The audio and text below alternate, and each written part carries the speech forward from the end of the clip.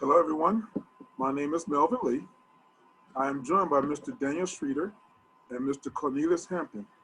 We'll be discussing today a topic that really talks about veterans who suffer from post-traumatic stress disorder and what it would be like to be a career counselor for them. This presentation will go through the startup of a new program, identifying the needs, also talking about the cost figures, and just basically an overall program geared towards helping veterans who suffer from PTSD.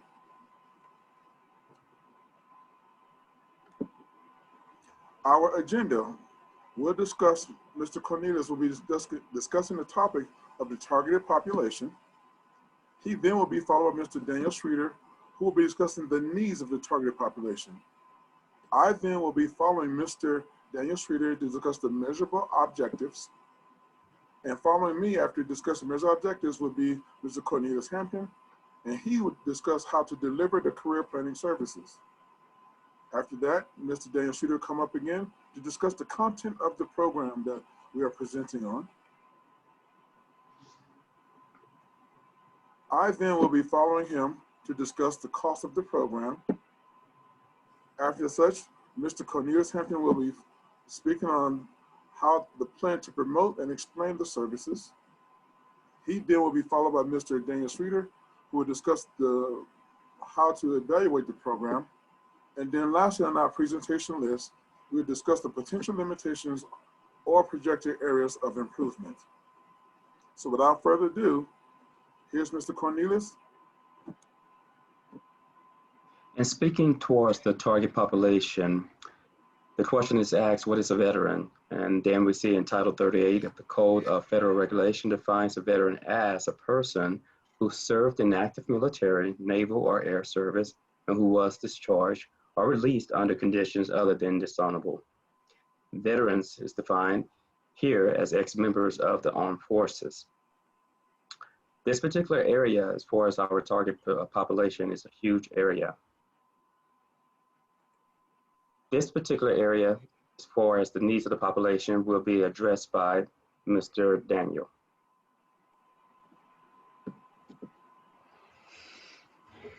So with the veteran community, there are several layers that we need to look at, including the healthcare needs identified by the World Health Organization is defined as 3 attributes, namely physical, mental, and social well-being. We want to address all 3 of these as we want to deliver a holistic approach to their career development post-military life. Their mental well-being related to disease and disorder of the mind, knowing that veterans suffer from post-traumatic stress disorder, among several other things that will be addressed. Their physical well-being, which is related to their physical functionality, and this is something we'll look at with homelessness being a big problem with post-military veterans, and disorders of the body. This includes chronic pain. As we know, many veterans suffer from chronic pain, and how to manage that pain and how it affects their mental and physical well-being. The third and final is the social well-being related to social activities and networks, relationships. We also address substance abuse, housing, and employment during this time in the program. And all these things will be directed at assessing where they are currently and where they need support to help them get back out in the career field and start getting back to feeling that purpose and meaning in their life.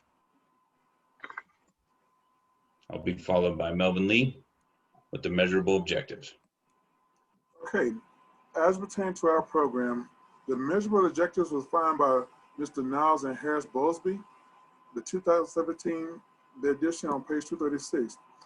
The definition of a measurable objective is a clear statement of a goal, including how to determine whether or not the goals has been reached. These things are particularly important and significant in developing a program, especially when you have a specific targeted audience. In this goal, in the goals of addressing veterans who have PTSD, we want to talk about their mental well-being. The mental well-being, the majority of the article discusses the mental well-being veterans within being the population. 17 articles address 81% of the needs of the veteran. All right. Bullet point number 1, rates PTSD in veteran populations varied 11% to 79%. That is the variation of PTSD veterans. 2, combat-related PTSD prevalence ranges between 1.09% to 34.84%.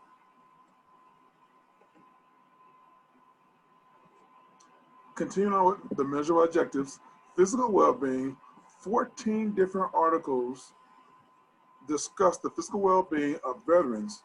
The end population, out of 14 articles, discuss 67% of the physical well-being of veterans. And secondly, or the bullet point number 1, according to the review, veterans do display a healthier social effect, with veteran mortality rates being 10% to 25% lower than the general population. This was also indicated in the article that because of the active lifestyle that the military soldier has, those initial oncoming years develop them what they may call the social effect and developing good, healthy habits. But however, despite the physical attributes of the veteran effect, there still are the mental issues that are also encompassing of the physical well-being.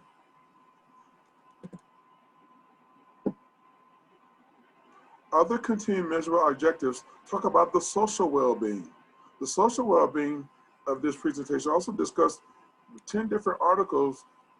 The social well-being of a veteran in population, out of 10 articles, 48% discuss the social well-being of veterans.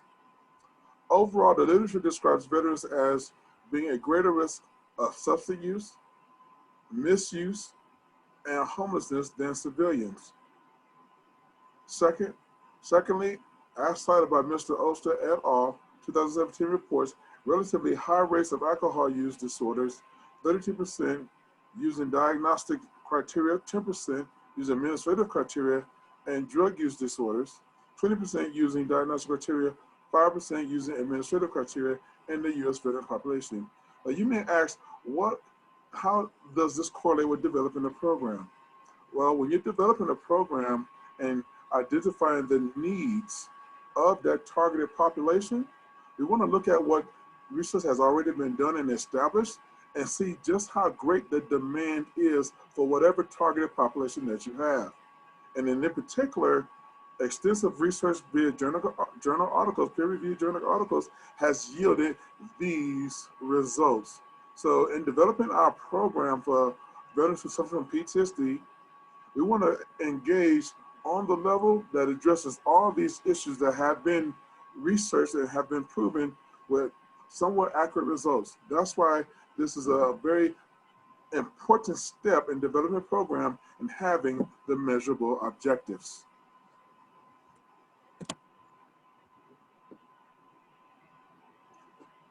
Now, continue on with measurable objectives. The issue of homelessness in veteran populations. Paragraph 3 alpha, 2 studies reported the prevalence rates for homelessness in female veterans, with the rates ranging from 1% to 2% of all females. Paragraph 3 bravo, in addition, female veterans were 2.1 to 2.5 times as likely as women in the general population to be homeless. Now, what's the significance of that? The significance, if you take a general consensus of the U.S. population, 1% may seem like a small number, but we know in America, we have a vast community of people. Now take that 1% into that general consensus. And as you can see, the female veteran population is quite significant with homelessness. Now, according to Mr. Sy and Mr. Rosencheck, as cited by Oster et al., there were no reports that really gauged the accuracy of homeless male veterans. I'll say it again. According to Mr. Sy and Mr. Rosencheck, as cited by Mr. Oster et al., in a 2017 article, there really were no accurate reports that gauge the magnitude of the homelessness among male veterans. What the two studies show of the articles that we discussed here in Mr. Oster et al. Really only discuss the veteran population. As we well know, there were more male veterans as opposed to female veterans. And then that we can kind of gauge the demand and the need of our targeted population when we're discussing veterans who suffer from PTSD.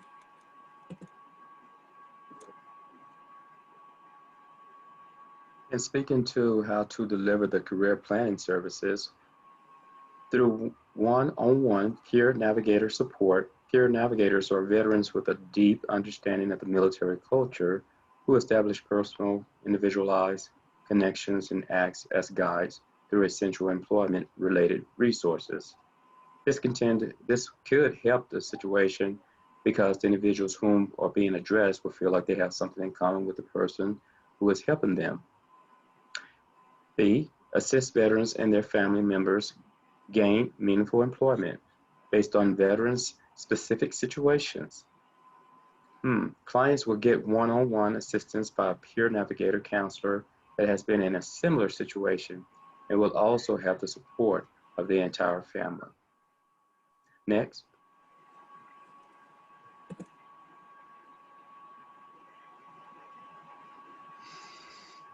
The content of the program.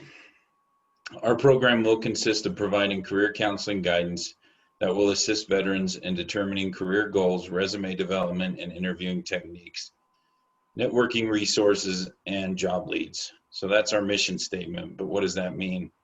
It would be a phased program where we would start with intakes.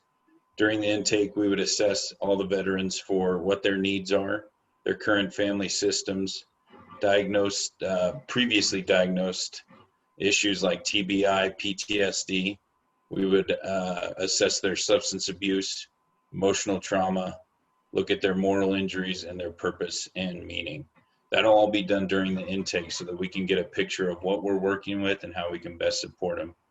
The following phases would consist of, as we said, not only career counseling, but interviewing techniques, networking resources, and overall counseling those veterans to help them become a more holistic person so that they can enter the career field and succeed.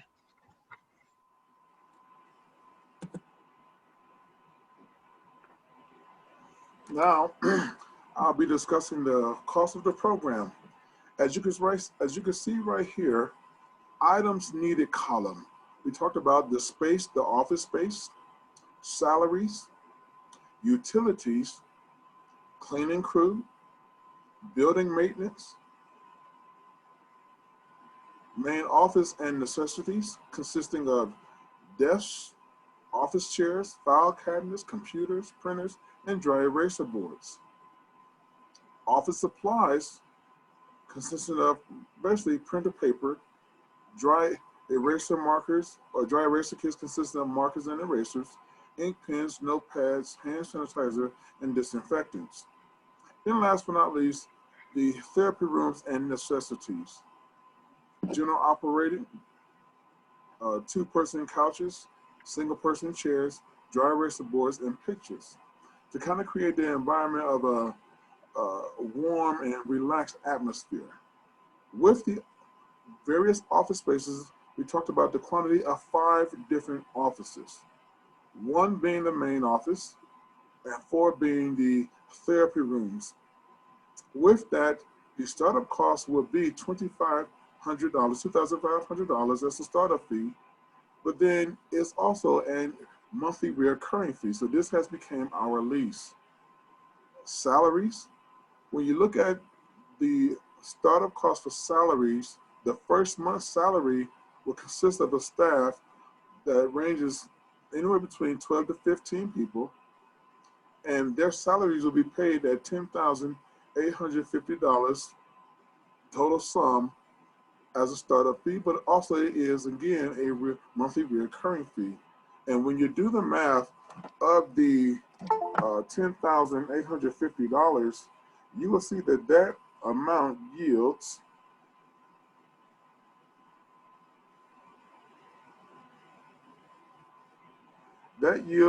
a gross annual salary of $130,200, and that really is the average sum or salary for a 501(c) nonprofit program.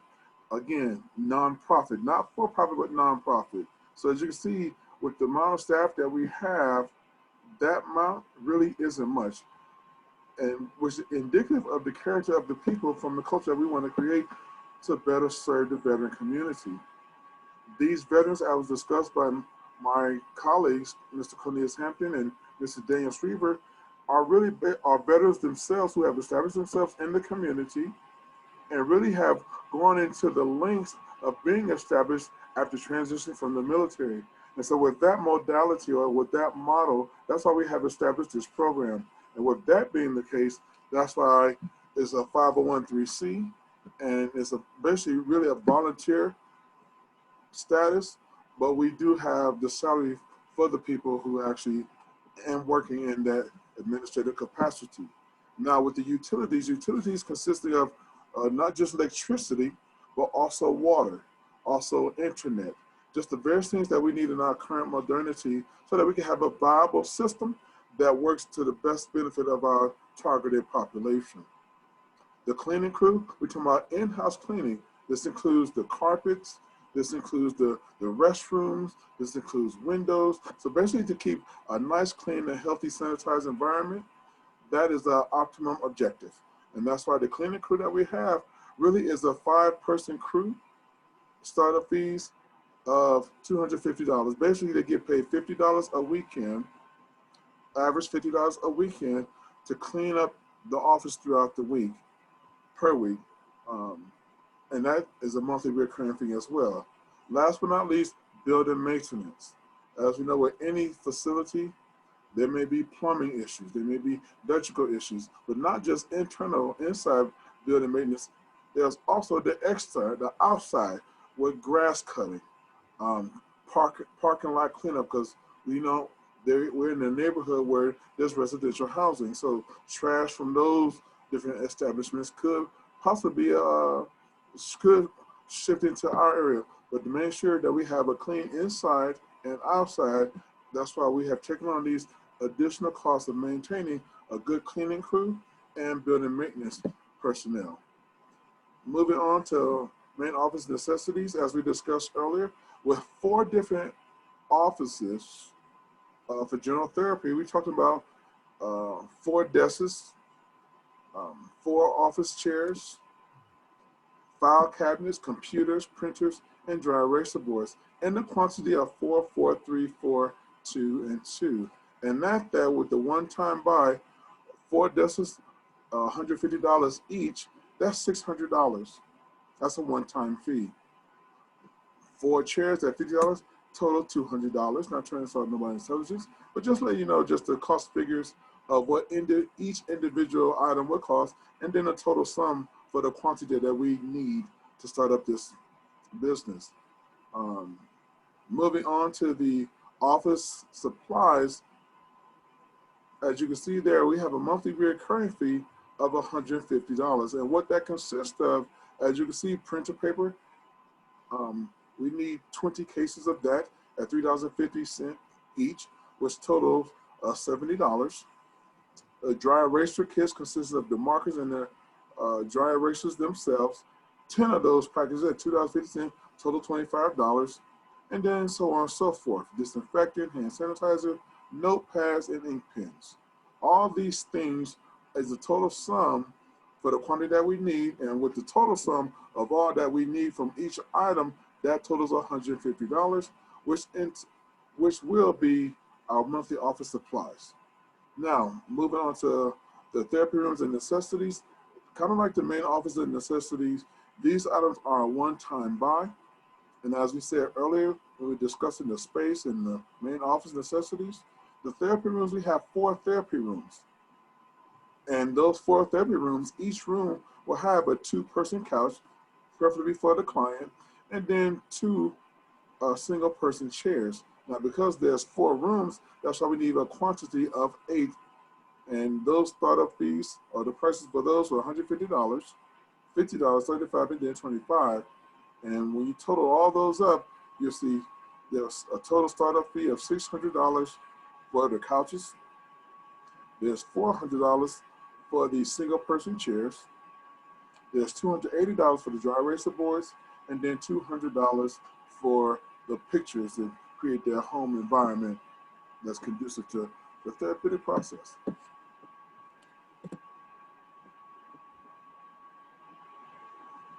Obviously, we do need to discuss the plan to promote and explain the services. And we want to start by saying, one, we will host job fairs, networking events, employer days, transition workshops, and mock interview events on a regular basis to assist the veterans and their families. Two, we will schedule one-on-one appointments with veterans and their families, providing them relevant information through brochures, appointment times, contact information, web addresses. And these are the things as far as the career development plan that we saw in our class that has helped prepare us as far as reaching the community. And we do understand that these first two things we've mentioned will definitely be promoted and enhanced by word of mouth as well. Third, we want to conduct guided tours of the facility once the individuals do start to arrive, while explaining the various programs and services that we do provide and available resources the veterans and their families qualify for. So we definitely want to educate and enlighten individual, and we feel that this way of approach will be successful. Next slide.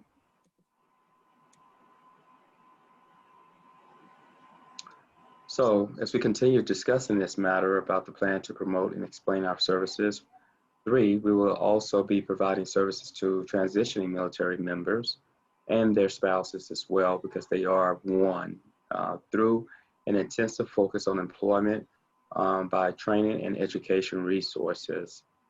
Additionally, this program aims to introduce military members to community groups, workshops, and networking opportunities, relying heavily upon not just what you know, but who you know.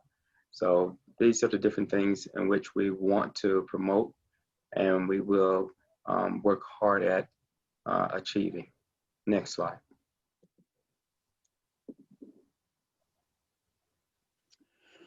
And of course, like all the current programs out there, we will want to evaluate ourselves.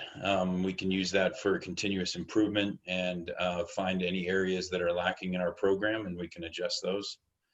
We would begin with step 1, determining whether the evaluation is going to be formative or summative, or a combination of both. This is something we'll need to discuss as we develop the program.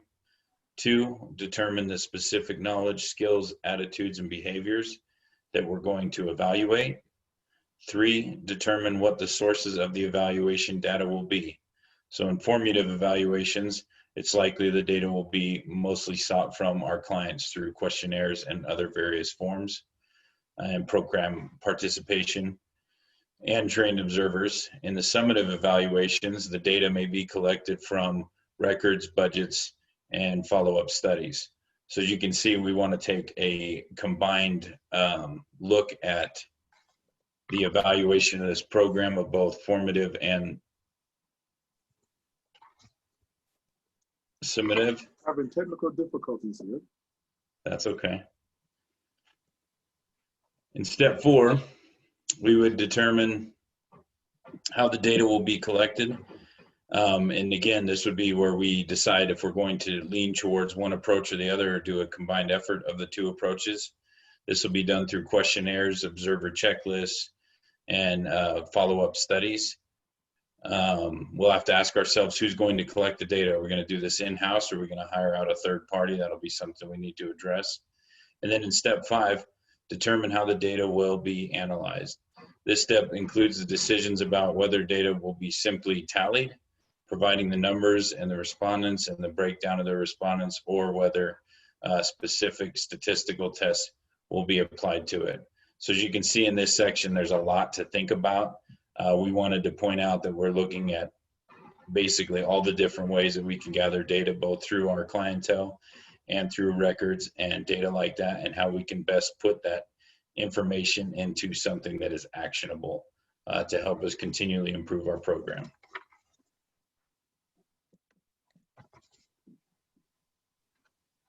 Okay, this was a collaborative effort between myself, Mr. Daniel Schreiter, and Mr. Cornelius Hampton.